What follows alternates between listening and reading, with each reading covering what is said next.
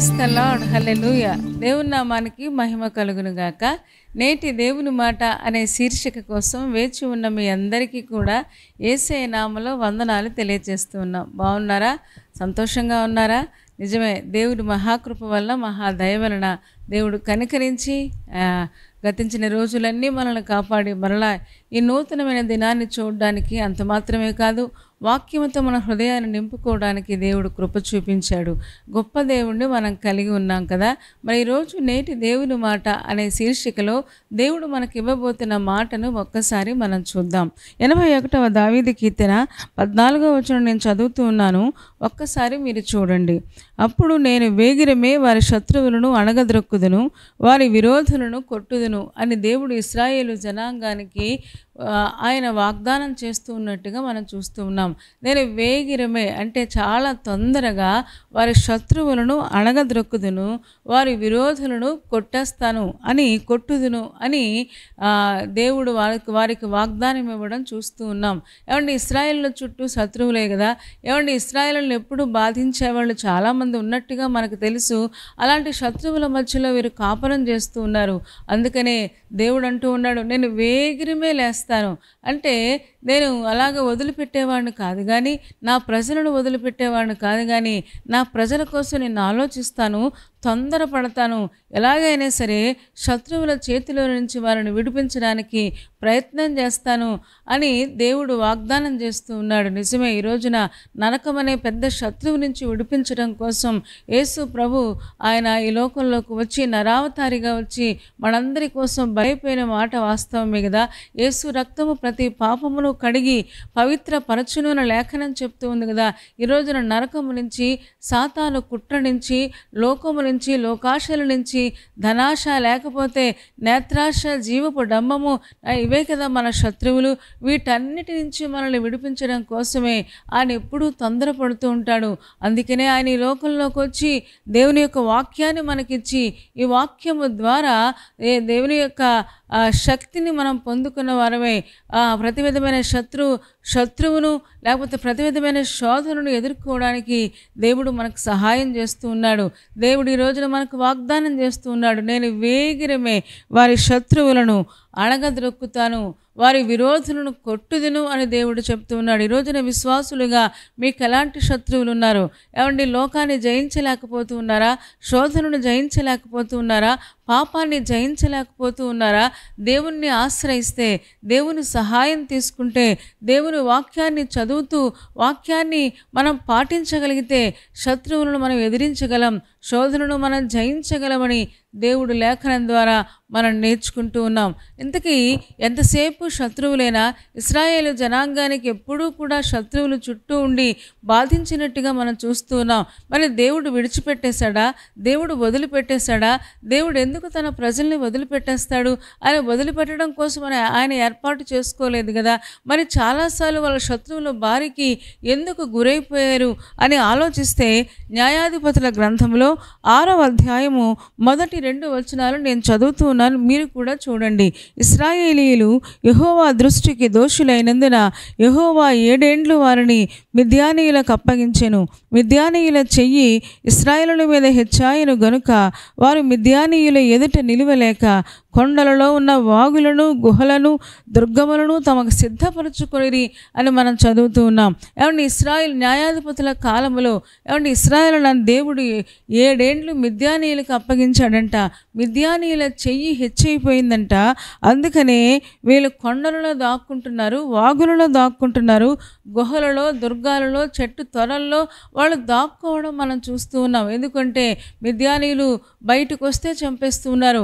ఏమంటే పొలాల్లో విత్తనాలు వేస్తుంటే ఆ విత్తనాలు ఎత్తుకొని పోతున్నారు. ఏమండి వాళ్ళని దోచుకుంటూ ఉన్నారు, వాళ్ళ నేలను, వాళ్ళ పొలాలను పాడు చేస్తూ ఉన్నారు. ఏమండి తర్వాత 3 నుంచి మనం 6 వరకు చదివితే 6వ వచనం చూడండి, దేశమును పాడు చేయుటకు వారి దానిలోనికి వచ్చిరి. ఇశ్రాయేలులు మిద్యానీయుల వలన మిక్కిలి హీనదశకు వచ్చినప్పుడు వారు యెహోవాకు మొర్రపెట్టిరి అని మనం చదువుతున్నాం. మిక్కిలి హీనదశకు వచ్చారు అంటే కష్టం మొదట్లో ఉన్నప్పుడే వాళ్ళు దేవుణ్ణి ఆశ్రయించలేదు, దేవుని మీద ఆనుకోలేదు, ఇంకా పాపములోకి వెళ్ళిపోతూ ఉన్నారు. అందుకనే 7 ఏండ్లు దేవుడు వాడిని మిద్యానీయులకు అప్పగించినట్లుగా వాళ్ళ హీన దశకు వెళ్ళిపోయినట్టుగా మనం చూస్తూ ఉన్నాం. ఏమంటే ఇశ్రాయేలు దేవుని మాట వింటే అలాంటిది జరిగి ఉండేది కాదు కదా. అందుకనే యెహోవా దృష్టికి వాళ్ళు దోషులయ్యారు. ఏమండి దేవుని దృష్టికి మనం దోషులమైతే మనల్ని దేవుడు శత్రువుల చేతికి అప్పగిస్తాడు అని లేఖనం ద్వారా మనం నేర్చుకుంటూ ఉన్నాం. ఈ రోజున మన శత్రువులు లోకాశలు కదా, నేత్రాశ, శరీరాశ, పాపము కదా, సాతానుడు కదా. ఈ రోజున వీటిని జయించలేకపోతూ ఉన్నాం. మాటికి వీటికి లోబడిపోతున్న కారణం ఏంటి అంటే మనం చాలాసార్లు దేవుని వాక్య ప్రకారంగా మనం జీవించకపోవడం వల్ల, దేవునికి లోబడకపోవడం వల్ల చాలాసార్లు ఆ బాధలోనికి, శ్రమలోనికి, వేదనలోనికి మనం వెళ్ళిపోతూ ఉన్నాం. అదే 81వ కీర్తనలో ఆయన చెబుతాడు కదా, 13వ వచనం మీరు చదువుతారా? 81వ కీర్తన 13. అయ్యో నా ప్రజలు నా మాట వినున ఎడల, ఇశ్రాయేలు నా మార్గములను అనుసరించిన ఎడల ఎంత మేలు అని చెప్పడం మనం చూస్తూ ఉన్నాం. ఏమండి ఈ మాటలో ఈ కీర్తనలో 2 సార్లు వచ్చింది. 11వ వచనంలో కూడా ఆయనను నా ప్రజలు నా మాట ఆలకింపకపోయిరి. ఏమండి 3 సార్లు వచ్చినట్టుగా మనం చూస్తాం. 81వ కీర్తన 8వ వచనం, నా ప్రజలారా ఆలకింపుడి, నేను మీకు సంగతి తెలియచేతును. అయ్యో ఇశ్రాయేలు నా మాట వినున ఎడల ఎంత మేలు అని చెప్పడం మనం చూస్తూ ఉన్నాం. ఏమండి దేవుని పిల్లలు విశ్వాసులంగా మనం కూడా దేవుని మాట వింటే ఎంత మేలు. ఈ రోజున చాలాసార్లు మేలుకు బదులుగా కీడుని ఎదుర్కోవాల్సి వస్తుంది. అది కుటుంబంలో, లేకపోతే ఉద్యోగంలో, లేకపోతే సంఘంలో. ఏమండి ఇంత మనం వేదనను అనుభవించడానికి కారణం దేవుడు కాదు, కానీ చాలాసార్లు మేలుకు బదులుగా కీడుని ఎదుర్కోవాల్సి ఎందుకు వస్తుంది అంటే దేవుని మాట వినకపోవడం వల్ల. ఆయన చెబుతూ ఉన్నాడు, అయ్యో ఇశ్రాయేలు నా మాట వినున ఎడల ఎంత మేలు కదా, నా మాట వినటం లేదు, అయినను వాళ్ళు నా మాట వినటం లేదు అని చెప్పడం మనం చూస్తున్నాం. ఇక్కడ మిద్యానీయుల చేతికి వాళ్ళు అప్పగించబడ్డానికి కారణం ఏంటి అంటే కేవలం కారణం వాళ్ళ దేవుడి దృష్టికి దోషులైపోయారు.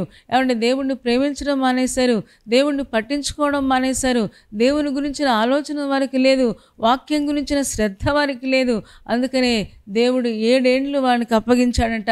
గిద్యోనును లేపాడు. తర్వాత గిద్యోను అంటాడు, దేవుడు మాకు తోడుంటే ఎందుకు ఇన్ని కష్టాలు వస్తాయి అని ఎదురు ప్రశ్న వేస్తూ ఉన్నాడు. అంతేగాని అయ్యా మేము పాపం చేశాం, మేము దోషం చేశాం, మమ్మల్ని క్షమించండి అని అడగకుండా నిజంగా దేవుడు మాకు తోడై ఉంటే మాకు ఇన్ని శ్రమలు ఎందుకయ్యా, గానుగ చాటును ఎందుకు గోధుమలను దొల్లగొట్టుకోవాల్సి వస్తుంది అని చెప్పడం, అంత పిరికివారిగా లేకపోతే ప్రతి చిన్నదానికి భయపడేవారిగా ఎందుకు ఉండాల్సి వస్తుంది అంటే వాళ్ళు దేవుడి దృష్టికి దోషులైపోయారు. అయినా సరే దేవుడు ప్రేమ కలిగిన వాడు కనుక వేగిరిమే వారి శత్రువులను అణగద్రొక్కుతారని వాగ్దానం చేశాడు కనుక గిద్యోనును లేపి బలపరిచి ఏమంటే మిద్యానీయుల మీదకు పంపించి ఆ యుద్ధంలో విజయాన్ని సాధించినట్టుగా మనం చూస్తూ ఉన్నాం. అదే న్యాయాధిపతుల గ్రంథము 7వ అధ్యాయము 23వ వచనం నేను చదువుతూ ఉన్నాను. నఫ్తాలి గోత్రములో నుండి, ఆషేరు గోత్రములో నుండి, మనష్షే గోత్రం అంతటిలో నుండి పిలిపించబడిన ఇశ్రాయేలులు కూడుకొని మిద్యానీయులను తరిమిరి అని మనం చదువుతూ ఉన్నాం. ఏమంటే దేవుడు గిద్యోనును లేపి కేవలం చిన్న బూర ద్వారా, ఒక కుండ ద్వారా దేవుడు విజయాన్ని ఇచ్చినట్టుగా మనం చూస్తూ ఉన్నాం. దేవుడు ఎంత శక్తి కలిగిన దేవుడో కదా. ఏమంటే కనీసం మాట వినేవాళ్ళు ఒక్కడున్నా సరే నేను దేశాన్ని క్షమిస్తానన్నాడు, కుటుంబాన్ని దీవిస్తానన్నాడు. ఏమంటే దేశాన్నే క్షమిస్తే మన చిన్న కుటుంబాన్ని దేవుడు దీవించడా? నమ్మకంగా ఉండే వాళ్ళ కోసం నేను ఎదురు చూస్తూ ఉన్నానని చెప్పడం మనం చూస్తూ ఉంటాం. ఇర్మియా గ్రంథం 5వ అధ్యాయం 1వ వచనంలో మనం చూస్తూ ఉంటాం. కాబట్టి ఈ రోజున కుటుంబంలో ఒక్కళ్ళమైనా సరే దేవుని మాట వింటే ఆ ఒక్కళ్ళ ద్వారా దేవుని ఆశీర్వాదాలు ప్రవహిస్తాయి. ఆ ఒక్కళ్ళ బలము ద్వారా చుట్టూ ఉన్న శత్రువులను, లేకపోతే అది సమస్యలు కానివ్వండి, అనారోగ్యాలు కానివ్వండి, బాధలు కానివ్వండి, లేకపోతే లోక సంబంధమైన పాపము కానివ్వండి, వీటన్నిటిని ఎదిరించడానికి దేవుడు శక్తిస్తాడు. తరమడానికి కూడా దేవుడు శక్తినిస్తాడు.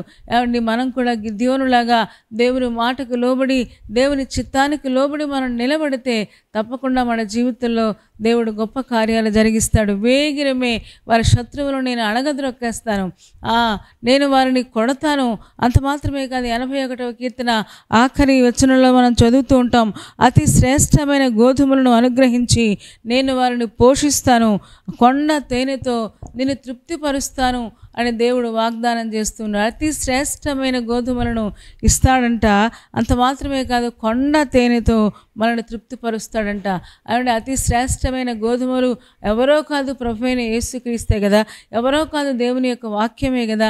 ఏమండి, నీ వాక్యం నాకు జుంటె తేనె ధారల కంటే మధురమైనదని దావీదు అన్నట్టుగా, ఏమండి, దేవుని యొక్క వాక్యంతో దేవుడు మనల్ని పోషించి మనల్ని బలపరిచి, ఏమండి, ఇహలోక సంబంధమైన ఆశీర్వాదాలతో పాటు పరలోక సంబంధమైన ఆశీర్వాదాలు కూడా దేవుడు మనకు దయచేసి మన శత్రువులను ఎదిరించడానికి దేవుడు మనకు శక్తిని బలాన్ని అనుగ్రహిస్తాడు. ఎప్పుడో తెలుసా, ఆయన మాట మనం జాగ్రత్తగా విన్నప్పుడు, ఆయన దృష్టికి మనం దోషులం అయిపోకుండా, ఆయన దృష్టికి నిందారహితంగా మనం ఉన్నప్పుడు తప్పకుండా మన జీవితంలో ఈ ఆశీర్వాదాన్ని మనం పొందుకుంటాం.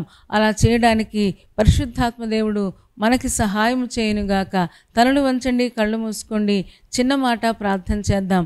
పరిశుద్ధుడా, ప్రేమ కలిగిన మా తండ్రి, నీ పాదాలకు వందనాలు స్తోత్రాలు చెల్లిస్తూ ఉన్నాం. నువ్వెంత మంచి దేవుడవు, ఎంత ప్రేమ కలిగిన దేవుడవు, ఎంత కృప కలిగిన దేవుడవు నాయన. మా తండ్రి, మమ్మల్ని పోషించడానికి అతి శ్రేష్టమైన గోధుమలను అనుగ్రహించి కొండతోనతో తృప్తిపరచడానికి నువ్వెప్పుడూ సిద్ధంగా ఉన్నావు. వేగిరివే మా శత్రువులను అణిచివేస్తారని వాగ్దానం చేస్తూ ఉన్నాం. దేవా, తొందరలోనే మీరు కార్యం చేయబోతూ ఉన్నారు కనుక నీ దృష్టికి ఇష్టలముగా ఏ దోషము లేకుండా నిందారహితంగా ఉండడానికి మాకు సహాయం చేయము. ఇశ్రాయేలు నీ దృష్టికి దోషులైపోయి దాని 7 ఏండ్లు మిద్యానీయుల చేతికి అప్పగించబడి వాళ్ళ పంటను నాశనం చేసుకున్నారు. వాళ్ళ నాయన వారి కనీసం జీవనాధారం కూడా లేకుండా మిద్యానీయులు చేశారయ్యా. దేవా, కనికరించుము తండ్రి. మేము కూడా నాయన నీ మాట వినడానికి, శ్రద్ధగా వినడానికి మాకు సహాయం చేయము. అయ్యో, నా ఇశ్రాయేలు నా మాట వినిన యెడల ఎంత మేలు అని మీరు చెప్తున్నారు. మీరు బాధపడేంతగా మేము ఉండకుండా నాయన మీ మాట జాగ్రత్తగా విని ఆ ప్రకారంగా జీవించడానికి మాకందరికీ సహాయం చేయము. నీ కృపకు అప్పగించుకుంటూ నాయన, ఎంతమంది పెళ్లి రోజు పుట్టినరోజు జరుపుకుంటూ ఉన్నారో నాయన, వారందరినీ నిండారులుగా దీవించుము. ఎగ్జామ్స్ నాయన రాస్తున్న వారిని, ఇంటర్వ్యూలకు వెళుతున్న వారికి నాయన సఫలత మీరు దయచేయము. బలహీనంగా ఉన్న వారిని ముట్టి స్వస్థపరచండి. రేపటి దినం కోసం మమ్మల్ని సిద్ధపరచుము. యేసయ్య నామములో ప్రార్థించి వేడుకొనుచున్నాము తండ్రి. ఆమేన్, ఆమేన్, ఆమేన్, ఆమేన్. చెప్పారు కదా అందరూ. చాలా సంతోషం. చాలా ఓపికగా శ్రద్ధగా దేవుని యొక్క వాక్యాన్ని మీరు వింటూ ఉన్నారు. మిమ్మల్ని బట్టి చాలా సంతోషిస్తూ ఉన్నాం. మరి కార్యక్రమం మీకు నచ్చితే లైక్ చేయండి, షేర్ చేయండి. అంత మాత్రమే కాదు, ఇంకా ఈ ఛానల్ని సబ్స్క్రైబ్ చేసుకోకపోతే డాక్టర్ స్పర్జన్ యూట్యూబ్ ఛానల్ని సబ్స్క్రైబ్ చేసుకోండి. తద్వారా నోటిఫికేషన్స్ అన్నీ మీకు వస్తాయి. మా కార్యక్రమాలన్నీ మీరు చూడవచ్చు. సరేనా అండి? దేవుని చిత్తమైతే మరలా రేపు ఉదయం మళ్ళీ కలుసుకుందాం. అప్పటి వరకు దేవుని మహాకృప మనందరికీ తోడే ఉండునుగాక. ఆమేన్, ఆమేన్, ఆమేన్.